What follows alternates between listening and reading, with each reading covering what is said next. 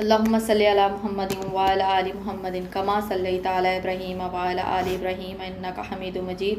اللهم بارك على محمد وعلى آل محمد كما باركت على إبراهيم وعلى آل إبراهيم إنك حميد مجيد.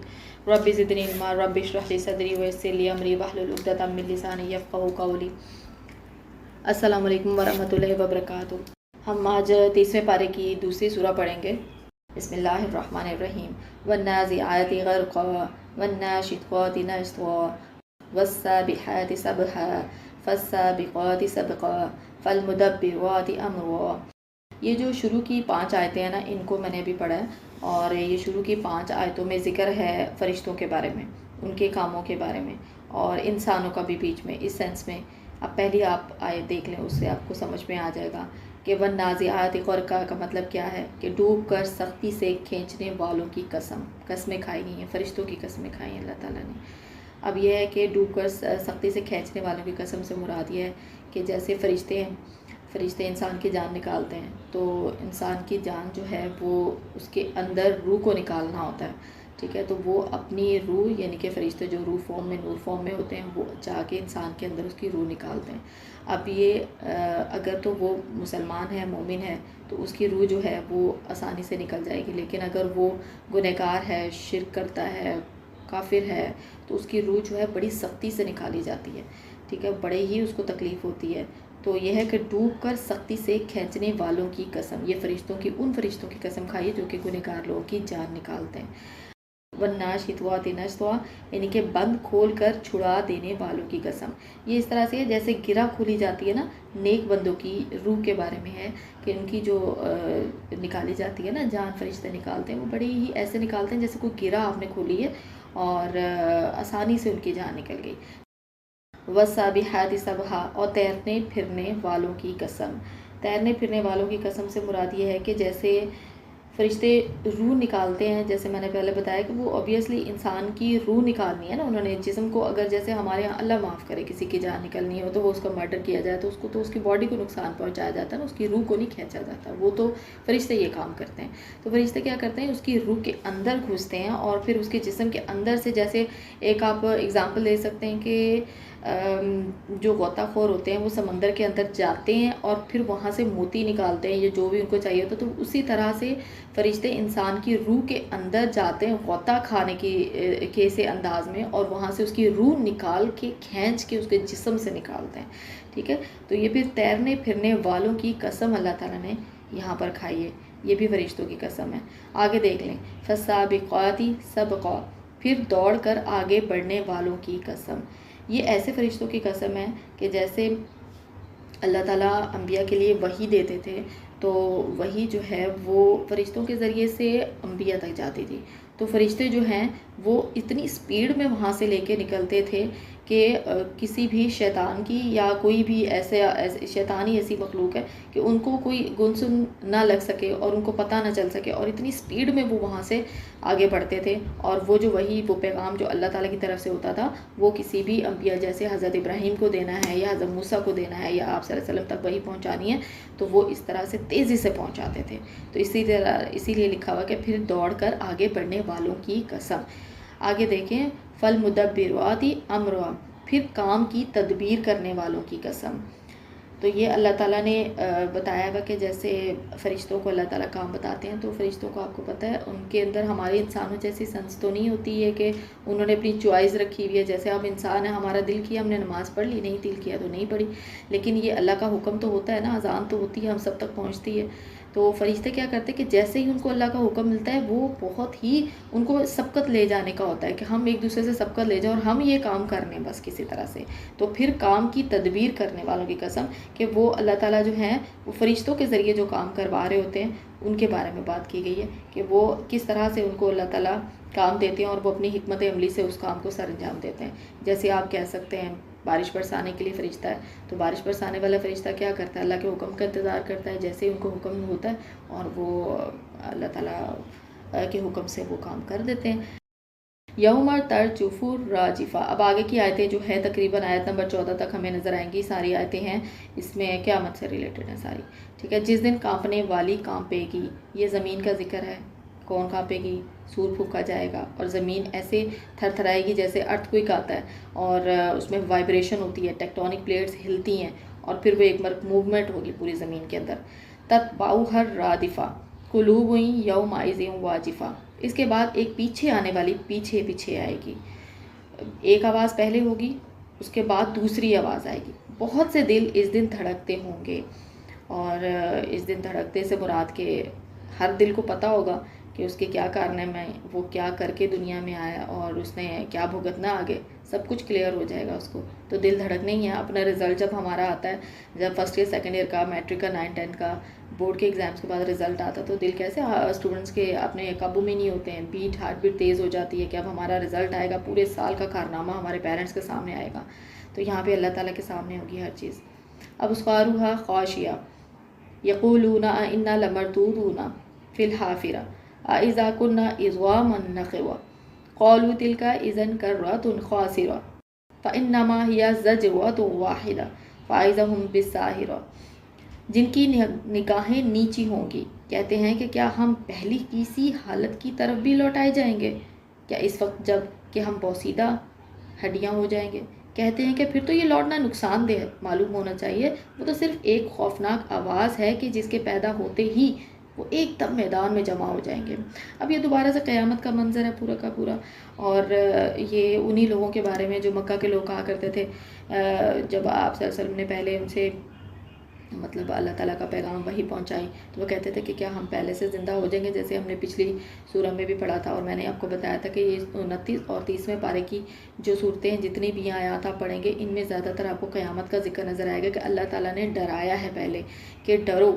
جب آگے ہم اس میں ایک آیت آئے گی اس میں میں اس کی تفسیر بتا دوں گی، لیکن ابھی آپ لوگوں نے صرف یہ دیکھ لینا کہ یہ چیزیں ہم نے پچھلی آیت میں، پچھلی صورت کی آیتوں میں بھی پڑھی ہے کہ جس میں انہوں نے ذکر کیا تھا کہ کس طرح سے ہمیں پہلے کی طرح مطلب کر دیا جائے گا اور ہم جو ہیں وہ ہماری بوسیدہ ہڈیاں ہو جائیں گی تو ان پر مسل کس طرح سے آئیں گے، کس طرح سے ہمیں زندہ کیا. مطلب ان کے لیے ایک ان ایکسپیکٹڈ چیز تھی نا.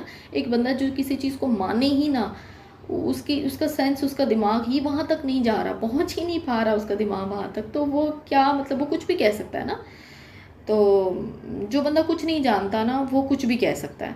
تو یہاں پر ان لوگوں کے علم کی، ان کا دماغ، ان کا چیزیں یہاں تک ماننے کو تیار نہیں تھی. ان کا اندر دماغ جو بھوسا بھرا ہوا تھا وہ اس چیز کو ماننے کو تیار نہیں تھا کہ قیامت آئے گی اور اس کے بعد جس طرح سے بھی ہم مردے کو دفنائیں گے اور وہ زندہ کر دیا جائے گا اور ان سے امتحان لیا جائے گا. تو وہ کہتے ہیں کہ اگر قیامت آئے گی تو قیامت کے بعد زندہ کیا جائے، یہ تو بڑی نقصان کی بات ہے. جیسے یہاں لکھا ہوا نا، کہتے ہیں کہ پھر تو یہ لوٹنا نقصان دہ ہے. تو اللہ تعالیٰ نے تو ہمیں ہماری لمٹس بتا دی ہے نا، تو ہم اب اپنی لمٹس میں رہتے ہیں تو ہمارے لیے زندگی اور آخرت دونوں ہی بڑی آسان ہوتی ہیں. اور اگر ہم لمٹس کراس کرتے ہیں تو ہم تو زندگی میں بھی پریشان رہتے ہیں، تو قیامت کے دن تو ہماری بڑی بری حالت ہوگی. تو یہ اللہ تعالیٰ نے یہاں پر میدان کا بھی ذکر کیا ہے کہ قیامت کے دن آپ کو سب کو اچھی طرح پتہ ہے کہ مردے کس طرح سے زمین سے اگائے جائیں گے. جیسے کھیتی اگتی ہے نیچے زمین میں، بیج لگتا ہے، اسی طرح ہماری قبریں ہیں، قبروں کے اندر ہم ہوں گے اور ہمیں قیامت کے دن وہ جو سور پھونکا جائے گا اور کس طرح سے ہم اگ کے باہر کو آ جائیں گے. جو جب سے دنیا بنی ہے تب سے لے کے جو انسان زمین کے اندر موجود ہے وہ سب کے سب ایک میدان میں جمع ہو جائیں گے. حل اتاک حدیث موسیٰ، کیا موسیٰ علیہ السلام کا قصہ بھی تمہیں معلوم ہے. انبیاء اکرام علیہ السلام کا اللہ تعالیٰ ذکر کرتے ہیں تو ساتھ میں وہ ذکر کی ریزن کیا ہوتی ہے. مطلب آپ صلی اللہ علیہ وسلم کو اللہ تعالیٰ نے یہ سارے انبیاء کی سٹوریز اگر بتائی ہیں تو اس کی ریزن صرف یہ ہے کہ ان قوموں کے ساتھ جو ہوا تھا وہ تمہارے ساتھ بھی ہو سکتا ہے. ان قوموں نے یہ سرکشی کی تھی، ان قوموں نے یہ حرام کام کیا تھا، ان قوموں نے یہاں پر آ کر فلاں چیز کا شرک کیا تھا جس کی وجہ سے ان کے اوپر جو نبی بھیجے گئے تھے ان کو بچا لیا گیا، ان کے ساتھ نیک لوگوں کو بچا لیا گیا. لیکن جو لوگ غلط تھے، جو نہیں مانتے تھے ان کی بات کو، ان کو غرق کر دیا گیا.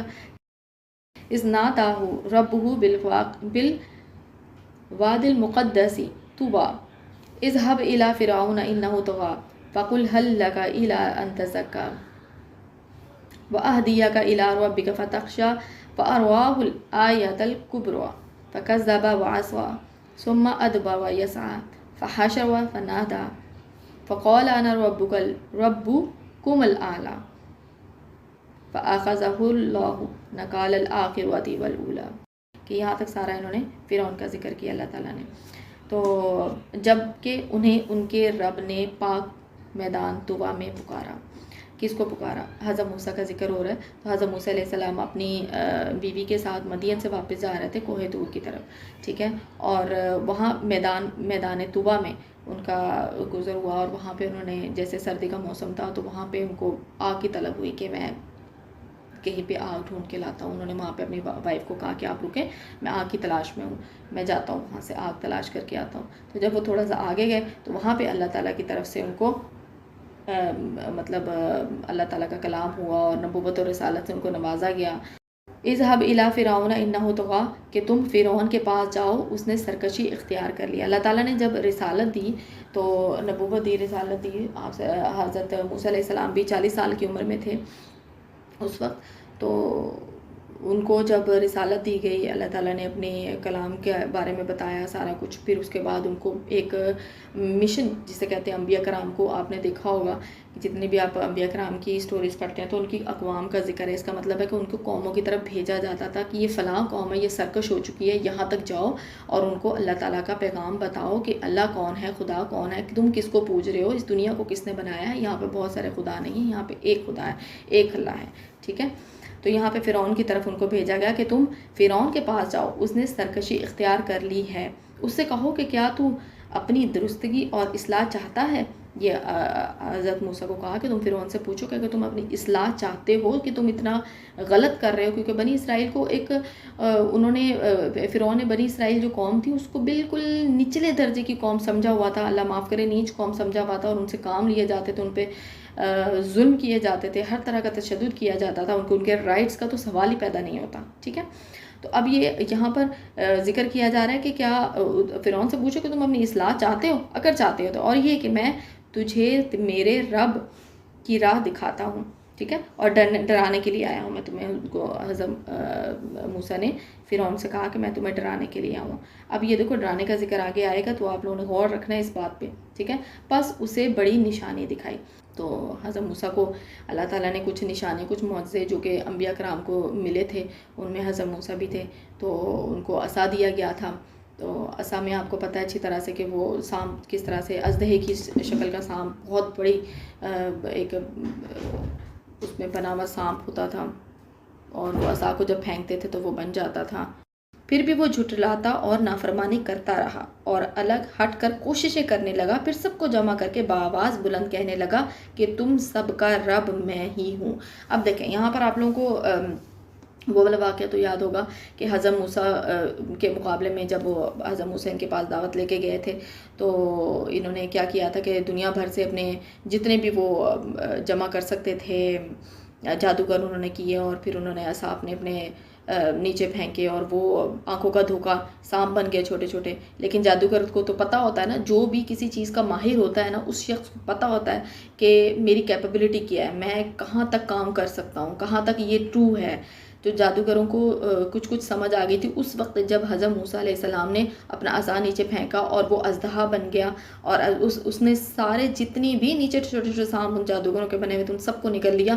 تو جادوگرن اسی وقت سجدے میں گر کر ایمان لے آئے تھے. اس پر فرعون جو ہے وہ بہت غصہ ہوا تھا کہ تم سب نے مجھے پوچھے بغیر، میری اجازت کے بغیر اس شخص کو جو ہے وہ مان رہے ہو اور اس شخص کی مان رہے ہو. تو اس وقت بھی اس نے کہا تھا کہ مجھے یہ لگتا ہے، کیونکہ فرعون کو یہی تھا کہ حضرت موسیٰ جو ہیں یہ ان کے استاد ہیں، مطلب جادوگروں کا جو استاد ہے وہ حضرت موسیٰ کو کہہ دیا تھا، ٹھیک ہے، کہ مجھے لگتا ہے کہ تم ہی نے ان جادوگروں کو جادو سکھایا ہے اور تم سب آپس میں ملے ہوئے ہو. تو اس طرح سے اس نے ہٹ درمی جسے کہتے ہیں وہ انتہا کی دکھائی کہ اس کو سامنے سب نظر آ رہا ہے.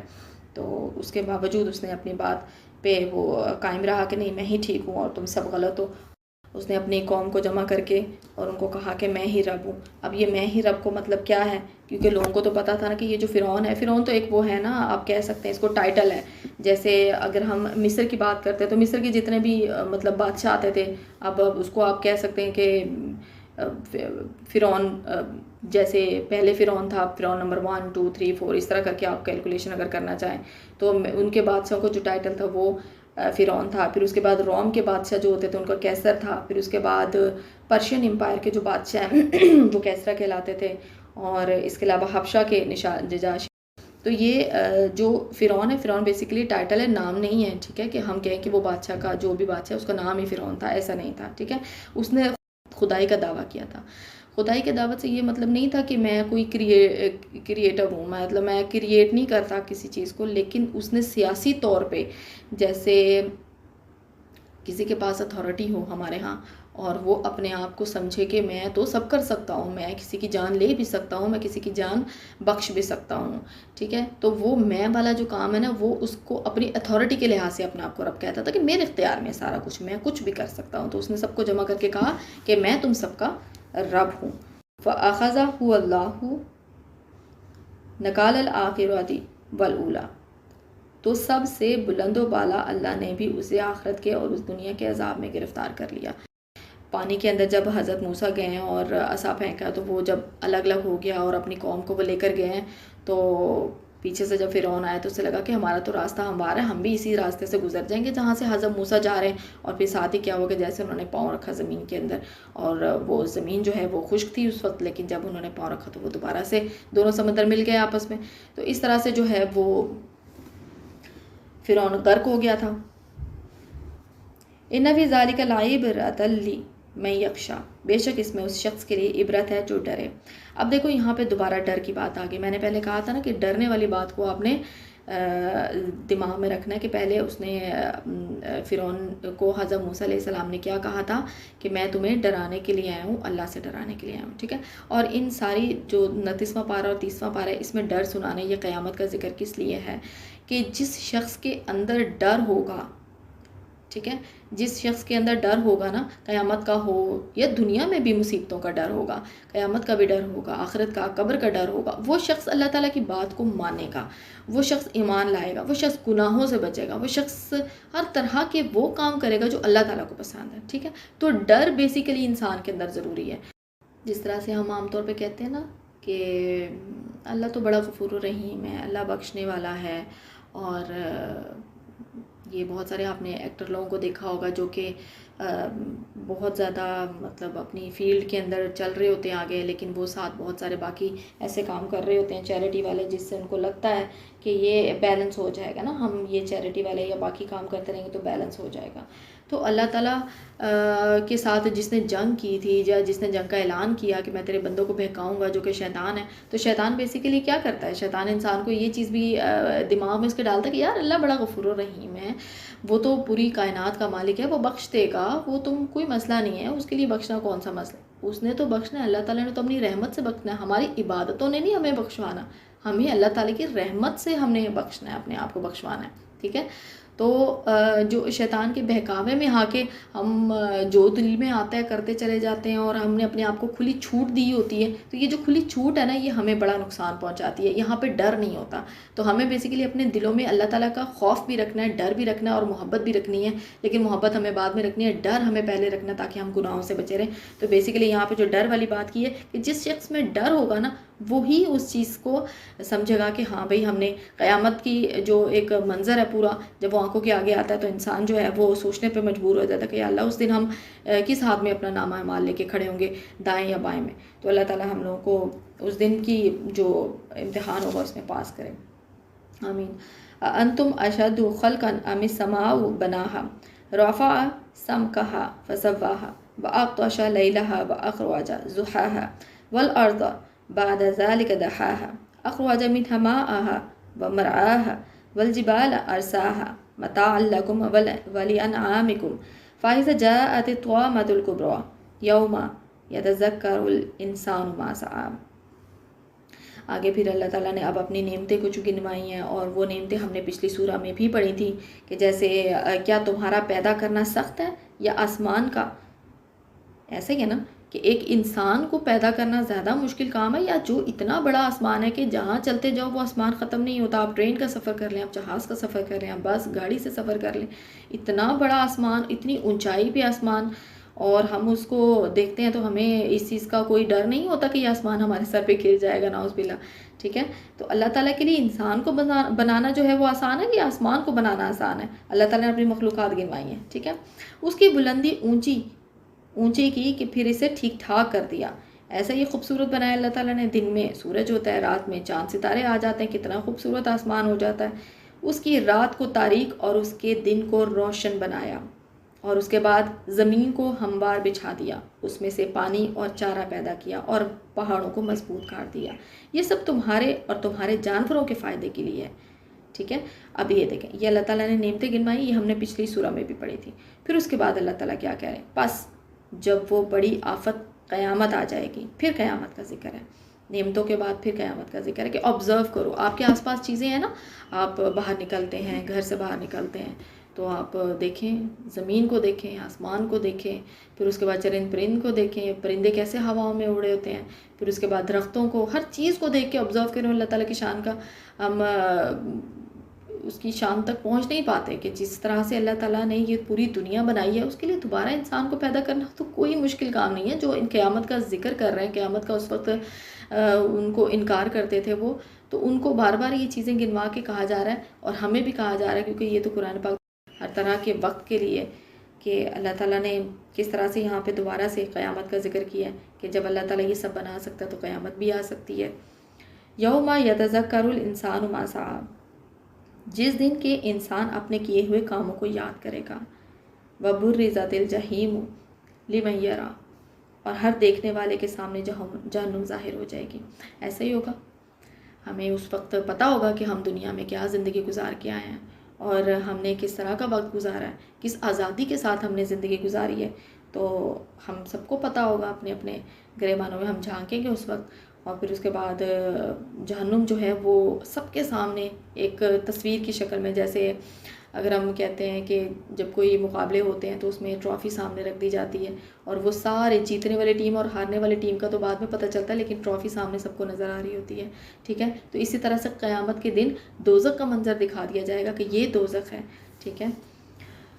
فَأَمَّا مَنْ طَغَىٰ وَآثَرَ الْحَيَاةَ الدُّنْيَا فَإِنَّ الْجَحِيمَ هِيَ الْمَأْوَىٰ، تو جس شخص نے سرکشی کی ہوگی وہ دنیاوی زندگی کو ترجیح دی ہوگی، یعنی کہ دنیاوی جو زندگی اس کو ترجیح دی ہوگی، اس کا ٹھکانہ جہنم ہی ہے۔ اوبیسلی ہماری ترجیح میں تو یہ 50-60 سال کی زندگی نہیں ہونی چاہیے۔ اب ہم میں سے جتنی بھی خواتین ہیں، ہم نے اپنی 30 سے آگے چلے جاتے ہیں، 30 اور 40 یا 45 کے بیچ کی ہماری عمریں ہوں گی، تو ہم اگر 40-45 سال تک زندگی گزار چکے ہیں تو ہمارے پاس تو وقت نہیں ہے آگے، ہمارے پاس تو آگے ہارڈلی، اگر ہمیں دل کی اور بیماریاں نہ لگیں، ہمیں شوگر اور بی پی ہائی ہمارے نہ ہوئے، تو ہم شاید کچھ عرصہ زندہ رہ لیں، ورنہ موت کا تو کسی کو بھی پتہ نہیں ہے۔ ہم اپنے آس پاس ہونے والی جتنی بھی اموات ہیں ان کو ہم دیکھ سکتے ہیں کہ کس طرح سے جھٹکا لگتا ہے، جی یہاں پہ یہ فلاں چیز ہوئی اور اس کی ڈیتھ ہو گئی۔ تو ہمارے پاس تو وقت نہیں ہے، لیکن ہم اس سارے وقت کو اگر دنیا کے کاموں میں گزارتے رہے تو پھر تو ہمارا انجام تو بہت ہی برا ہونے والا ہے۔ تو اللہ تعالیٰ نے تو بتا دیا اس کا ٹھکانہ جہنم ہی ہے۔ وَأَمَّا مَنْ خَافَ مَقَامَ رَبِّهِ وَنَهَى النَّفْسَ عَنِ الْهَوَىٰ فَإِنَّ الْجَنَّةَ هِيَ الْمَأْوَىٰ۔ اب دیکھیں آگے اللہ تعالیٰ نے کیا کہا ہے، جہاں پہ ایک چیز کا ذکر ہوگا وہاں پہ دوسری چیز کا، یعنی کہ مذکر کے ساتھ مونس کا ذکر ہوگا، الٹ کے ساتھ سیدھے کا ذکر ہوگا۔ اب یہاں پہ جہنم کے ساتھ جنت کا ذکر ہے۔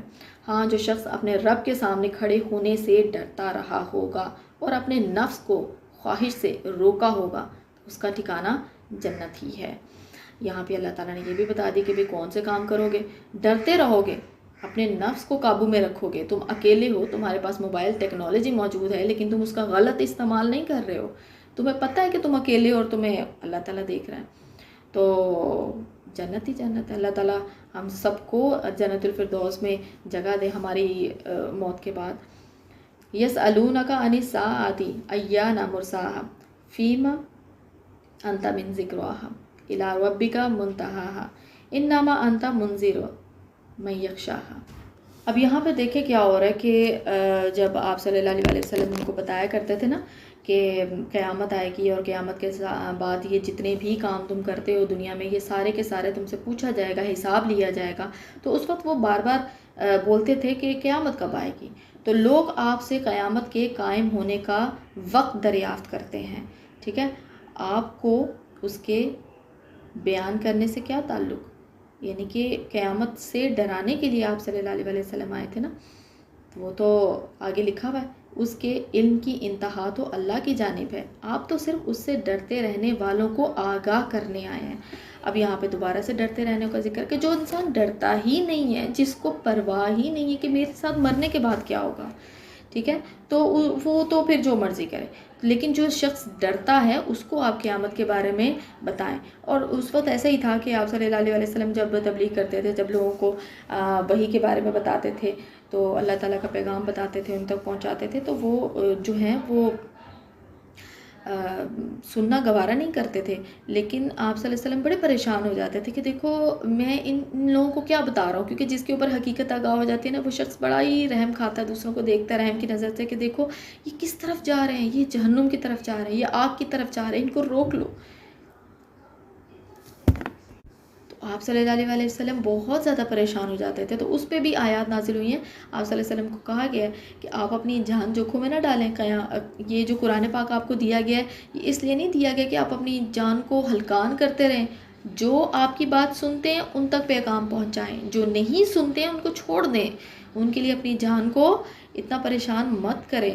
تو یہاں پہ بھی اللہ تعالیٰ نے آپ صلی اللہ علیہ وسلم کو کہا ہے کہ وہ آپ سے قیامت کے بارے میں دریافت کرتے ہیں، تو آپ ان کو کہہ دیجئے کہ اس کا تو جو قیامت کا وقت معلوم ہونا ہے وہ تو اللہ تعالیٰ کو پتہ ہے نا، وہ انبیاء تو نہیں جانتے اس بارے میں.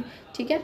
تو یہاں پہ بھی ڈرتے رہنے والوں کے بارے میں ذکر کیا گیا، جو بات پیچھے گئی کی تھی کہ ہمیں اپنے نا تھوڑا احتساب کرنا چاہیے، ہمیں اپنے بارے میں تھوڑا سا معلوم ہونا چاہیے کہ کیا واقعی ہمیں کوئی بھی گناہ کرتے ہوئے ڈر لگتا ہے، ہمیں کوئی بھی ایسا عمل کرتے ہوئے ڈر لگتا ہے جس کو ہم دوسروں کے سامنے تو نہیں کر سکتے لیکن ہم چھپ کے کر سکتے ہیں. تو چھپ کے گناہ جو ہم کرتے ہیں وہ ہمارے تو جب آخرت میں ہمارے سامنے ہماری کیسٹ چلائی جائیں گی، ہمارے اعمال چلائے جائیں گے، اللہ تعالیٰ ہر کسی کا پردہ رکھے، تو پھر تو بہت ہی زیادہ ہمارے تو اس وقت کیا حالت ہوگی آپ تھوڑا سا امیجن کریں.